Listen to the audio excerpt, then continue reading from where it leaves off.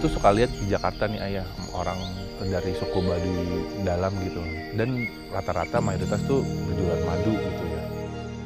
Nyampe jalan kaki ya kalau nggak salah tuh, nyampe Jakarta gitu.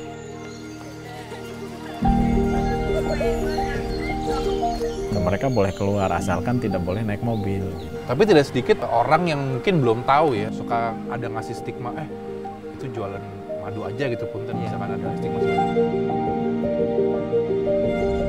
Sekarang gua lagi ada di daerah Lebak, Banten, di mana suku Baduy luar bermukim.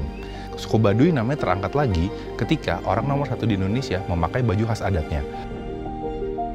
Banyak yang berkomentar positif, tapi tidak sedikit juga yang berkomentar negatif. Bahkan tidak sedikit yang menstereotipkan baju khas adat suku Baduy. Di sini gue akan mencoba bertemu tokoh-tokoh dari Baduy dalam, dari Baduy luar, dan menggali cerita-cerita bagaimana kesakralan baju adat mereka dan bagaimana sih sebenarnya kehidupan dari Baduy dalam dan Baduy luar. Saya Rizky Ari, selamat datang di Asumsi Distrik.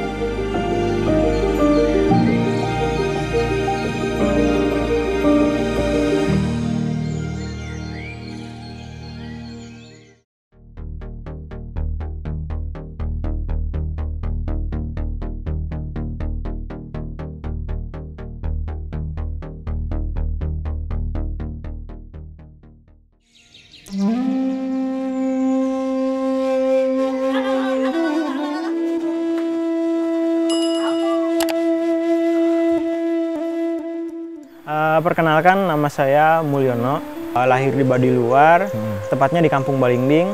Nah, kalau di sini dulu ini tempat saya bermain waktu kecil. Kang, terima kasih udah mau ngobrol-ngobrol sama tim Asumsi ini. Maaf agak belibet, jalannya tadi lumayan mendaki gunung lewati lembah. Ini benar-benar mendaki gunung lewati lembah ya. Terlihat dari baju ya, Kang. Kebetulan pakai baju hitam jadi nggak kelihatan keringatannya. Kita ibaratnya kalau udah jalan nih udah berapa jam nih Kang? Dari tadi bawah Ciboleger itu. Iya, baik, terima kasih. Selamat datang di Baduy. Kita sedang berada di Kampung Gajebo. Ini Kampung salah Gajebo, satu, ya, ini salah satu ikon Baduy luar. Kampung Gajebo. Perjalanan kita dari terminal Ciboleger sampai ke sini kurang lebih sekitar 1,5 jam. Jalan kaki ya? Jalan kaki. Jalan kaki 1 jam. Kalau untuk dilanjutkan perjalanan ke Baduy dalam, kita masih perlu sekitar 3-4 jam lagi dari sini. Sebenarnya total ada berapa kampung sih Kang untuk di Baduy luar sendiri ya? Keseluruhan Baduy itu ada 65. Berarti 65 potong 3 Baduy dalam. Kayak gitu. Itu sisanya Baduy luar. Nah, luas wilayahnya itu di Baduy itu sekitar 50.000 hektar. Tersebar, ada yang di wilayah sebelah barat, terdekat dengan perbatasan desa dengan desa tetangga. Dari barat, dari barat Bojongmanik, utara Ciboleger, timur Sobang, selatannya itu Cibarani. Itu yang membatasi. Iya. Itu udah bukan Baduy ya? Iya, udah bukan Baduy. Kalau sebelah sininya itu Ciboleger.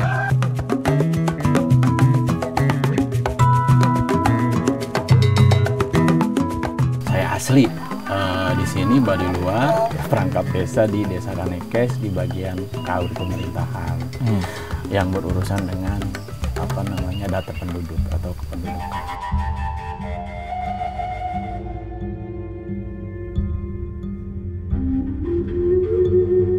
Nama saya disebut di Baduy disebut Ayah Mursid. Tempat tinggal saya Baduy dalam Cibeo. Dari Baduy dalam Cibeo sampai ke Baduy luar, tepatnya di Cipondok ini, kira-kira memakan jarak tempuh kurang lebih 12 kilo. Bagi masyarakat yang belum tahu atau belum pernah ke Kampung Baduy ini, kalau saya sih baca-baca artikel pernah baca gitu, bahwa orang Baduy sebenarnya lebih memilih dipanggil orang Kanekes atau gimana sebenarnya Ayah? Terima kasih saya menjelaskan tentang keberadaan suku Baduy dan disebut Kanekes.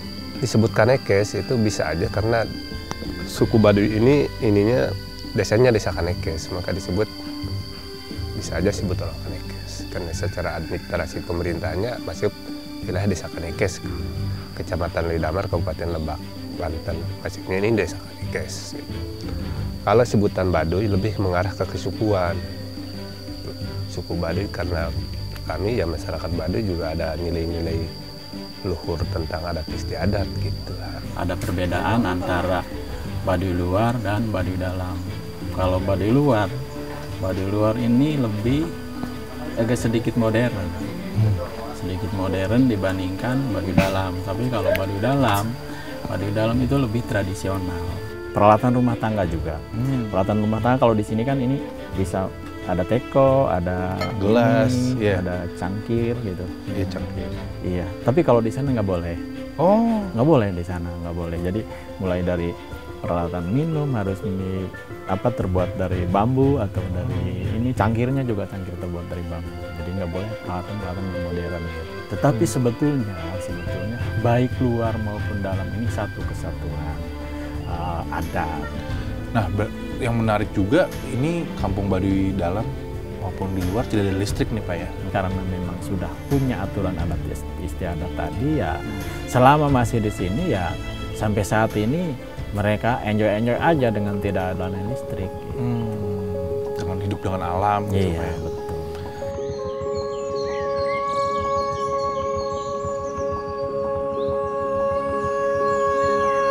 Kalau tadi ayah sempat bilang ada orang Baduy dalam, ada Baduy luar. Sebenarnya perbedaan signifikannya apa sih ayah? Perbedaan itu bisa dilihat menurut saya yang lebih mudah nampak dilihat dari pakaiannya. Karena ada pakaian adat Baduy dalam, ada pakaian khas adat Baduy luar. Gitu.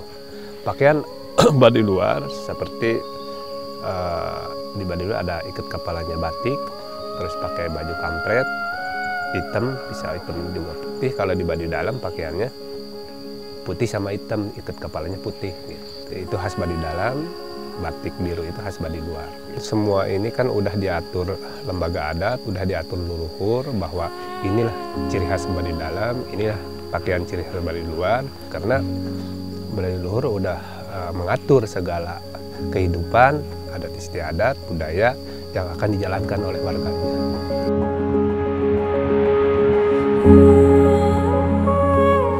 Kang, kemarin Pak Presiden nih, Pak Joko Widodo itu menggunakan baju adat Baduy luar itu ya di sidang MPR DPR gitu. Tanggapan Akang sendiri gimana sih Kang melihat seperti itu? Ya, tanggapan saya yang pertama tentu berterima kasih kepada Pak Presiden karena efeknya luar biasa loh. Jujur saya pribadi sangat berterima kasih karena nilai kebanggaan kita kepada Pak Presiden, orang nomor 1 di Indonesia, itu benar-benar kita bangganya luar biasa. Tapi tidak sedikit orang yang mungkin belum tahu ya, maksudnya suka ada ngasih stigma, itu jualan madu aja gitu punten, misalkan ada stigma.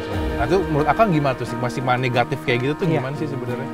Yang saya amati sebenarnya di kita itu di Indonesia khususnya, budaya di media sosial itu lebih keras sedikit dibanding kehidupan secara normal.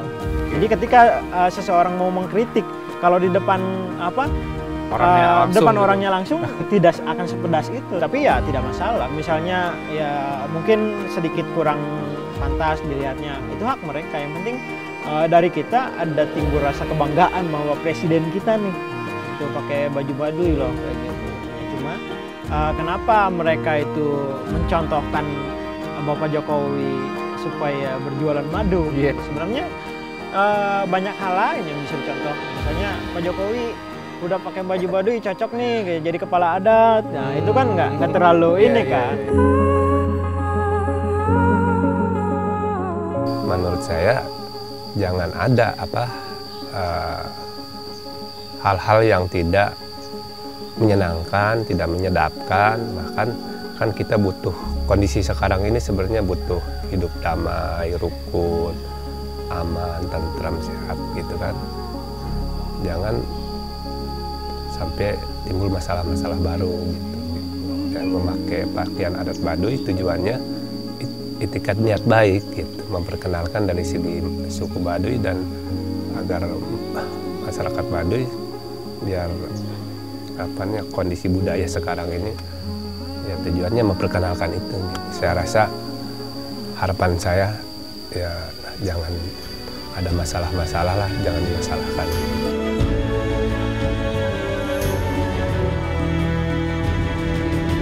Namanya kan netizen, apalagi dunia internet kan udah masih banyak yang beda-beda paham.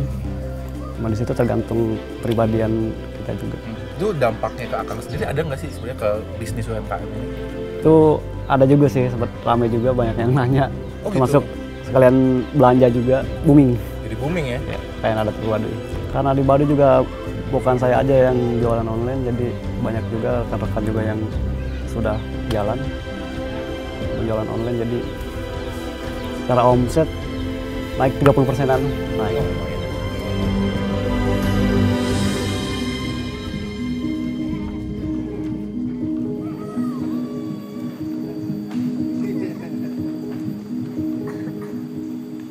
Saya tuh suka lihat di Jakarta nih ayah, maksudnya orang dari suku Baduy dalam gitu, dan rata-rata mayoritas tuh berjualan madu gitu ya.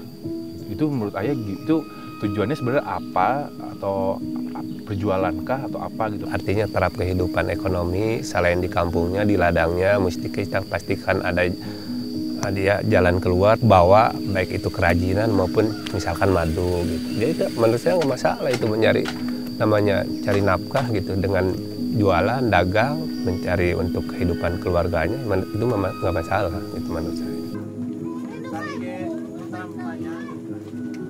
Kalau potensi madu di Baduy sebenarnya lumayan banyak untuk di Baduy itu. Saya jamin bahwa karena memang alam kita juga masih sejahtera, masih bagus, masih terjaga, pasti kan kualitas madunya juga masih bagus.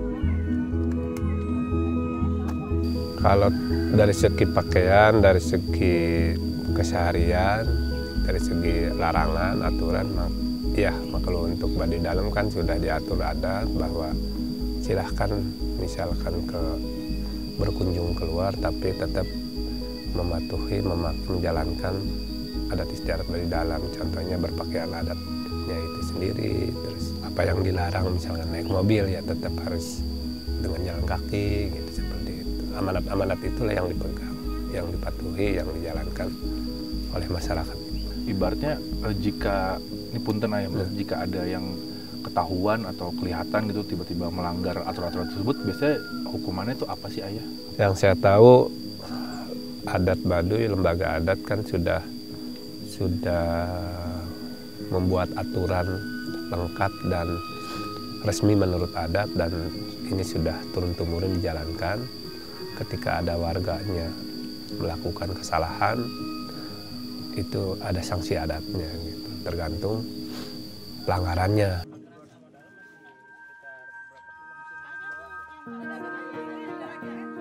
Tapi yang saya temukan di lapangan itu kadang-kadang nyampe tuh Jakarta tuh Kang, nyampe jalan kaki ya kalau nggak salah tuh, nyampe Jakarta gitu. Tadi Akang bilang mereka penasaran. Nah, triggernya, pemicunya mereka penasaran tuh apa sih Kang sebenarnya? Timbul rasa penasaran mereka karena adanya wisatawan yang datang ke Baduy dalam. Oke.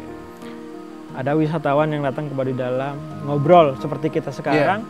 Akhirnya saya tinggal di BSD misalnya, kayak gitu di Serpong. Iya, di Serpong. Iya, saya tinggal di Serpong, ini alamat saya. Jadi akan ada rasa penasaran mereka untuk datang ke tempat itu. Kayak gitu. Bukan berarti saya melarang teman-teman yang datang ke Baduy memberi alamat kan kayak gitu.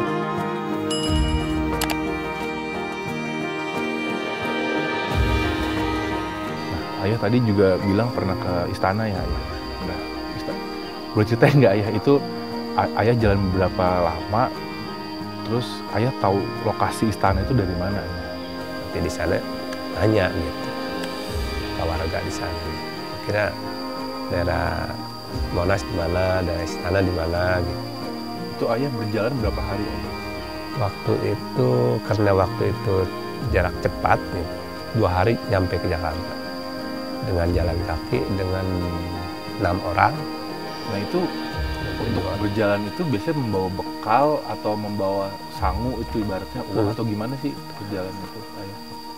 Hiker ini mah bawa bekal, bawa perbekalan untuk di jalan gitu. Kalau lagi ini mau orang bawa uang juga, kalau ini mah untuk jajan lah untuk itu.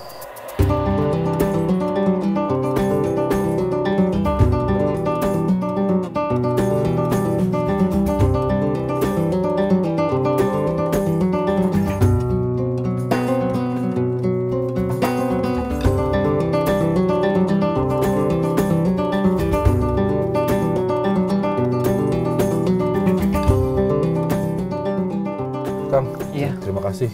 Iya. Udah ngajak jalan-jalan lagi nih. Kelihatan nih dari napas masih tersengah-sengah. Ini belum seberapa ya. Iya bener.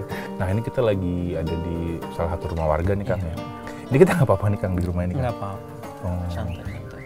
Kalau di Baduy kan memang kita ada budaya gotong royong yang saya bilang gotong royongnya lumayan bagus, lumayan kuat. Jadi ketika sekarang saya bukan orang sini, tetapi saya main ke kampung sini, ini contoh kampung Karukutuk 3 misalnya, itu rata-rata orangnya kenal karena memang kalau ada acara adat itu nanti kita gantian gitu. Ya dari situ kan pasti kita kenal karena memang di situ juga acaranya kita ngobrol-ngobrol juga santai seperti ini. Oh jadi saling ibaratnya ya, saling kunjung mengunjungi lah ya gitu. Lagunya eta Cinta Kerajaan masih nyata di Nawata Depok.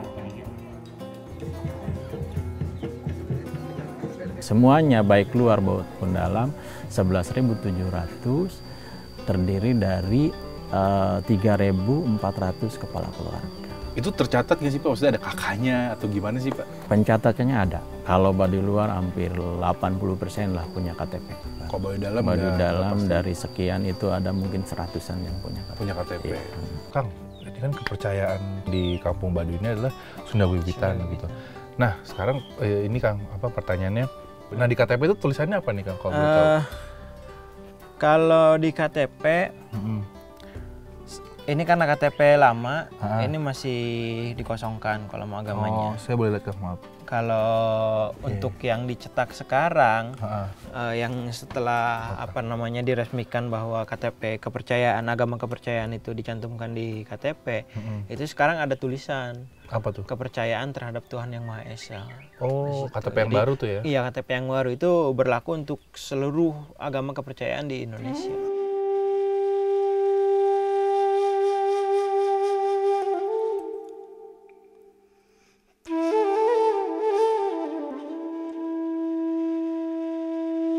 Arti Sunda Wiwitan menurut kepercayaan kita di sini, Sunda itu nama Sunda kita di sini semua juga tahu. Wiwitan itu pertama.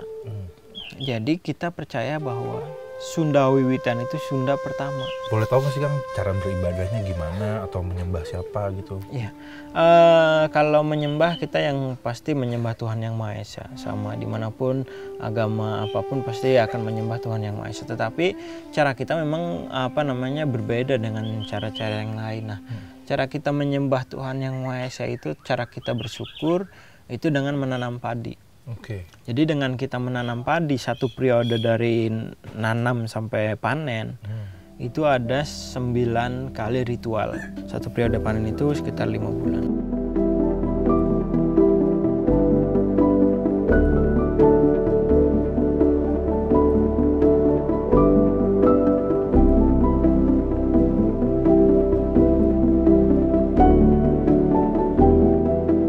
Dengan adanya pandemi ini, menurut saya adat Baduy punya cara, tujuannya mengobati dan menolong warganya.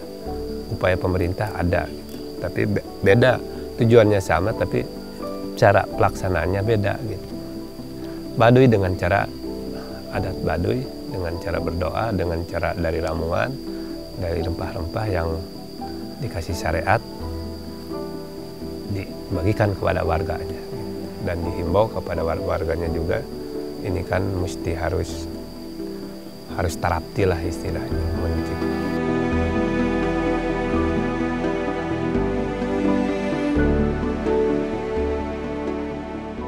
Untuk desa di Baduy luar sendiri gitu atau di Baduy dalam gitu, ada nggak sih kasus-kasus COVID gitu? Sebenarnya kalau kemarin saya lihat data di Puskesmas, memang data di Puskesmas itu menyatakan bahwa Baduy itu 0 kasus COVID-19. 0 nih ya? Iya, tapi kan itu data di Puskesmas. Betul. Karena memang kenyataan di sini nggak ada yang nggak ada yang ngetes. Kita di Baduy itu ada cara tersendiri. Gimana dan tuh, itu termasuk kebatinan. Yang pertama, di setiap kampung itu pasti ada ada tokoh kampung yang dinamakan Kolot Lembur. Kolot lembur. Kolot Nah, lembur. kolot lembur itu berarti kolot itu kan tua. Hmm. Seseorang yang dituakan di kampung tersebut. Pas gelombang ketiga kemarin, gelombang ketiga yang bener-bener parah-parahnya, itu di sekitaran sini banyak yang kena. Kita diinstruksikan oleh adat setiap kampung itu membuat obat tradisional dari air kelapa hijau, terus dikasih doa ke kolot lembur tersebut. Kayak gitu jadi berarti udah didoain didoain ya? dulu, baru diminum, disebar ke setiap rumah-rumah. Tapi kenyataannya memang sejauh ini kita sehat-sehat aja.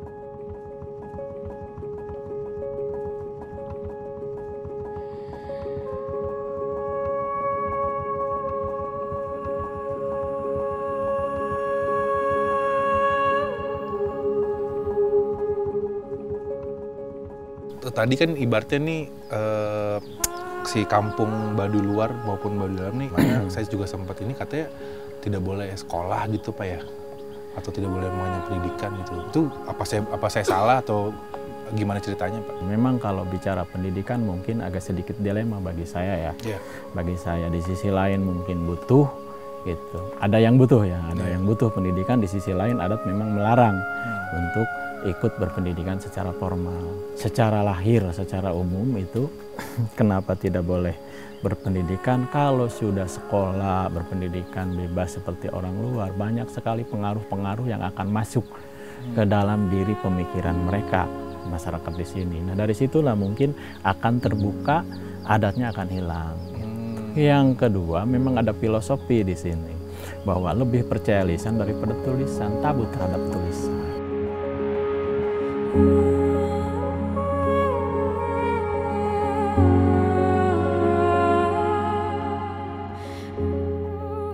Itu tidak bisa dipungkiri bahwa kemajuan, perubahan pasti ada, itu menurut saya. Tetapi dengan catatan tetap perilaku hidup yang di jalan yang diamanatkan itu, ya leluhur memesan bahwa tetap harus dipatuhi, dijalankan gitu. Karena ini bekal masa depan anak cucu kita gitu, biar nilai-nilai budaya tetap masih ada dan dipegang teguh gitu.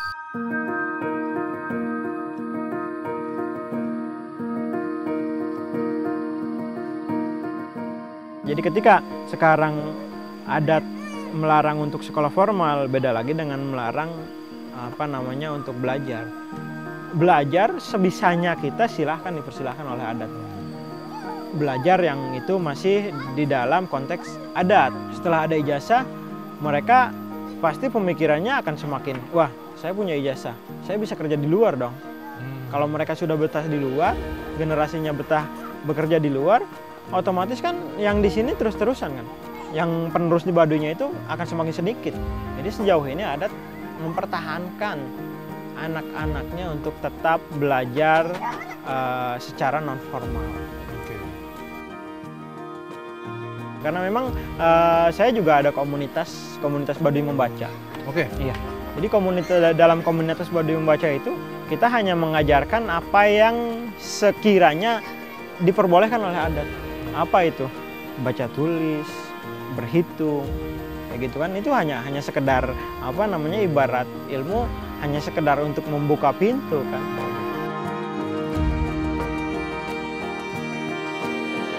Kalau Akang sendiri nih untuk dalam kacamata pendidikan atau pendidikan, kalau Akang sendiri itu gimana ya? Kalau saya pribadi jujur, karena memang niat saya mengenyam pendidikan formal untuk mempertahankan adat. Saya jujur sekarang sedang duduk di bangku kuliah. Jadi saya dari pendidikan non formal dari komunitas Baduy Membaca itu, setelah saya bisa baca tulis, saya kejar paket. Nah, setelah lulus, ternyata saya dapat mengambil banyak pelajaran bahwa rasa timbul kebanggaan saya hidup di Baduy itu justru semakin tinggi. Yang saya ambil poinnya sih, saya bisa mengambil pelajaran bahwa semakin saya banyak belajar, akan semakin saya mencintai adat istiadat. Tetapi itu versi saya. Betul. Berbeda dengan versi adat kayak gitu. Nah, dan mungkin bisa jadi satu-satunya yang sekarang yang saya dengar sih, teman-teman saya juga belum ada yang sampai kuliah. Kuliahnya di tingkat berapa, Kang? Kalau sekarang sudah masuk semester 6. Semester 6. Iya. Ambil jurusan apa atau fakultas? Ilmu komunikasi. Kalau dari pemuka adat atau dari keluarga sendiri atau dari masyarakatnya Baduy sendiri menilai atau merespon Akang nih kuliah atau mungkin pada nggak tahu atau gimana Kang? Kalau untuk adat, memang pemuka adat bisa aja mereka tahu tapi pura-pura nggak tahu. Bisa aja mereka mempertimbangkan. Karena apa yang saya lakukan selama ini di Baduy sama persis seperti warga Baduy yang lain.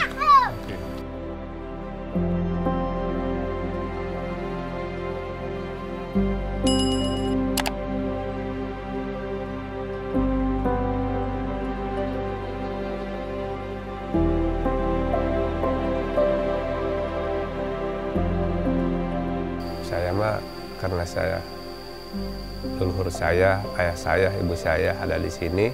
Saya dilahirkan di Baduy Dalam Cibeo. Saya mungkin sebagai penerus apa yang saya lakukan, yang saya bisa patuhi, pertahankan, jalankan. Kita membantu kepada tokoh masyarakat yang ada sekarang, kepada adat, untuk berupaya ke arah kebaikan, ke arah kedamaian, ke arah kerukunan, ke arah hidup bisa bermanfaat untuk kita semua. Itu merasa saya bangga. Bagi saya, harapan saya tetap menginginkan ya tradisi ini tetap terlestarikan. Gitu. Karena itu merupakan titipan dari nenek moyang kami. Lojor temenang dipotong, pondok temenang disambung, gunung temenang dilebur, lebak temenang dirumpak, gitu. Gunung nggak boleh dilebur, lebak nggak boleh dirusak. Yang benar harus dibilang benar, yang salah harus dibilang salah.